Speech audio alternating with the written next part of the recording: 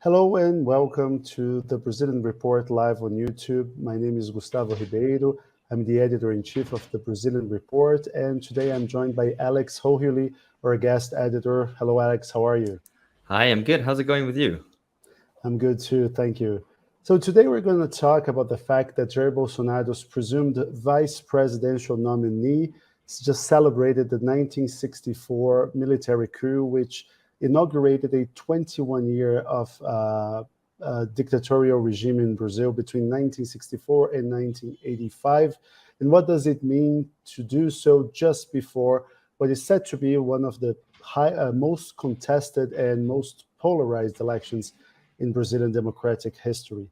But before we do that, I'd like to ask everyone who is watching this video to subscribe to the Brazilian Report, which is the journalistic engine behind this live broadcast, behind our podcast as well. So please go to Brazilian.report and you can enjoy a 7-day free trial with no strings attached before you decide if you want to commit to a subscription plan. Or if you're already a subscriber, please go to buymeacoffee.com/Brazilian Report and you can support us by filling up our coffee mugs or subscribing to one of our membership plans there, which have a lot of different perks, like asking us questions directly or getting exclusive newsletters behind the scenes. You can see how the sausage is done at the Brazilian Report. So go to buymeacoffee.com/Brazilian Report. Now, Alex, former Defense Minister Walter Braga Neto, I can say that now because he has just resigned from his office, from his duties. He published a letter yesterday to talk about the 1964 military coup as a milestone of political evolution in Brazil, which resulted, and I quote here, in the reestablishment of peace in the country and the strengthening of democracy. He's supposed to become the vice presidential nominee in Jair Bolsonaro's presidential ticket. So, I mean, what does it mean for the running mate of the president standing for re-election to celebrate a military coup like that? Well, I mean, in the first place, it's shocking. But on the second hand, this was preceded by a tweet from the former defense minister. And actually, it's something that the military has commemorated every year. You can look back at their previous Twitter from a year ago. They were doing the same thing. So I don't think we should be sensationalist about this as if something new has happened. But while I say that and I say, we shouldn't panic about this, it's only because things are much worse than they seem, not because things are okay. Yes, especially like you said, this has been something very common during the Jair Bolsonaro administration, because before Bolsonaro became president, the barracks did celebrate 1964, but they did so in a very reserved manner, only among themselves. Now they're doing it in a public fashion and just months away from the election. And that comes, I mean, it's just like another brick among many actions that are eye-opening and are threatening. For instance, the military has openly questioned the safety of our electronic voting machines in Brazil. It has also refused to participate in security checks, which prove that our voting machines are not have not been hacked, as far as we know. It has also enabled Bolsonaro on multiple stances in his anti-democratic rants and actions. So, I mean, does it mean something, even if you say, okay, this has been going on during Bolsonaro, but the fact that we have an election, that we have a president that is trying to discredit the electoral system and who is trailing in the polls, I mean, when we piece all of that together, uh, what is the picture we have?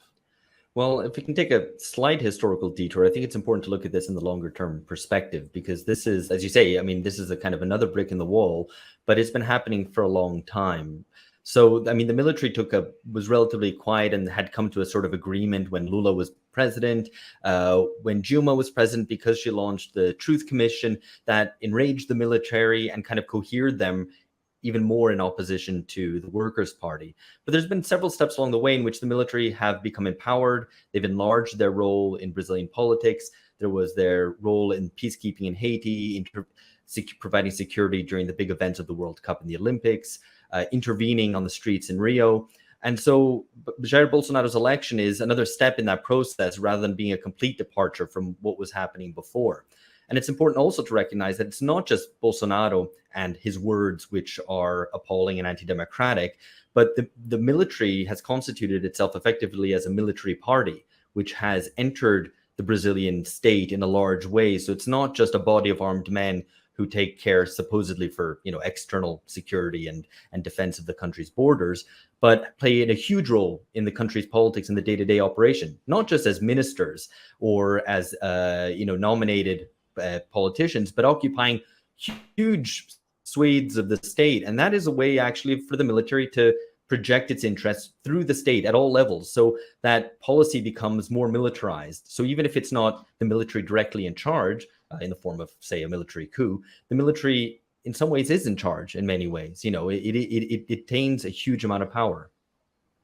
No, and like you said, the military presence within the administration is huge, and not even during the military dictatorship, it was so big. It's in the thousands, the amount of government officials who come from the barracks.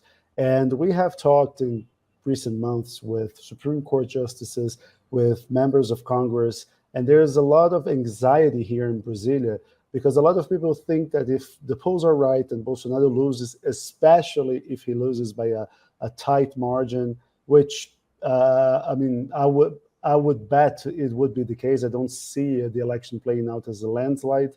That Bolsonaro will try to barricade himself in office, try to use the sheer presence of military officers within his administration, and the fact that he has used the public purse to give perks to security officials in order to try and co-opt them. Do you think this fear is warranted? And how do you see this level of anxiety here in Brazil? Yeah, I mean, I think the concerns are definitely warranted.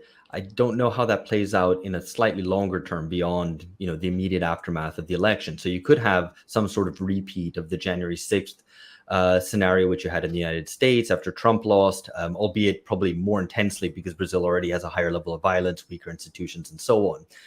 Does that mean that there would be a military dictatorship that would ensue? Not necessarily. Lula has made great efforts already. 10 months ago, it was in the news that he was meeting with leading military staff to try to appease them. He maintained relatively good relations with the military, or had a kind of, at the very least, a cold peace while he was in office. And I think we'll try to assuage them. At the same time, today, I think he announced, or he said at a demonstration, that the military need to take less of a role in politics. So it's not entirely clear, but I suspect that Lula, at any rate, will do his utmost not to antagonize the military and keep them on board. I think he's very actively concerned about the role that they may play. If they're able to come to some agreement, the military may be happy to see Bolsonaro lose, even if it creates a fuss and some section of the military cause, not necessarily an uprising, but ally themselves with him. I think that could be quashed quickly enough if the leading ranks of the military are able to say, no, look, we have come to an accord with Lula. Let's not rock the boat too much, provided that our privileges and our autonomy are maintained, which ultimately is the military's number one goal. Yes, no, I totally agree with you. But my only concern is the fact that at every chance they have to prove that they are indeed committed to democracy, they simply enable Bolsonaro to do whatever he wants. And Braga Neto is one of the leading examples. He is someone with a lot of prominence in the barracks, and he has catered to the president's most radical impulses, especially when it comes to talking about and trashing the voting system. Now, one think that has flown, at least in Brazil, has flown below the radar is a recent study by Varieties of Democracy, which measures the level of autocraticization. I don't know if that's a word, but the dangers of countries becoming autocracies. And it has placed for years Brazil as one of the top countries in danger of that. It's not a Brazilian problem. According to this study, the amount of people living in an autocracy jumped by less than half to something around like 70%. But in Brazil, they say that the weakening of the institutions that are being chipped away bit by bit from the inside is something to be worried about. Now, I don't think Bolsonaro is the only person to be blamed by that. I think we can see the Supreme Court also acting politically in many stances. For instance, from the way that they allowed Operation Car Wash to color beyond the lines and to disregard the law on many occasions, only to then to quash convictions, especially Lula's conviction, when it was suitable for them. So you can see them doing a lot of things politically in a way that removes from the Supreme Court the only asset they have, which is credibility. How do you see these warnings by Varieties of Democracy? Do you think we are in that poor situation? Yeah, I think it's to a certain extent the period over since redemocratization to a certain extent has papered over the deficiencies of Brazilian democracy, and it's been worn down pretty severely over the past 5 years or so. The reality is that there's a Congress which has barely any legitimacy. It's very little trusted. It's widely seen and indeed is corrupt, and it's completely permeable to private interests and lobbying and so on. So there's very little sort of, let's say, Republican spirit, which is a word that lots of politicians like to use, but of course they wouldn't know it if it hit them on the head. So, that's just one aspect of the kind of weakness of Brazilian democracy. And as I said, the mass entry of the so-called military party into the state is another factor in weakening it. So, I think nowadays, and as you made reference to the fact that this isn't only a Brazilian problem, I think it's worth highlighting certain other countries which were democracies or perhaps imperfect democracies would have slid further towards dictatorship. When consider Orban's Hungary or Erdogan's Turkey, where it's a democratic elected leader. It's still following constitutional norms, but steadily things get chipped away. So checks and balances get chipped away, liberties get chipped away, and even the kind of formal democracy in a way gets chipped away because people are prohibited from voting, or there's interference in the press and so on, and civil society organizations. That hasn't proceeded so far in Brazil, as far as in those countries. But I think, and one would hope that a future Lula administration would at least stem the tide somewhat. But that doesn't mean that Brazilian democracy is all well and good at the moment and is healthy. It's been chipped away at pretty severely from a number of angles. And, one can talk about a weakened democracy, which falls short still of having a military coup in the kind of traditional Cold War form. No, and I mean, to take your cue and talk about other countries, what we see is that when these authoritarian leaders enter their second term is when things get real and things really derail. Because I mean, I would never go as far as saying that Brazilian institutions are working as they should, because I mean we see a lot of dysfunction anywhere you look.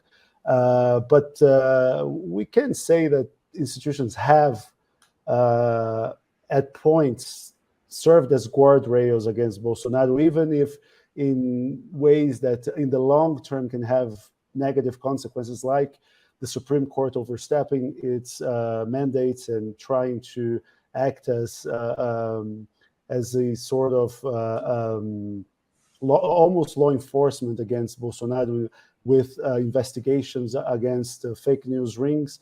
So you see there's an effort to contain the president's worst impulses. But if he wins a second term, which I think is a very, he has a fighting chance, then I think it's another conversation, right? Yeah, absolutely. I think he would be far more empowered to do what he does, and to a greater degree than he has up till now. So that would definitely be concerning.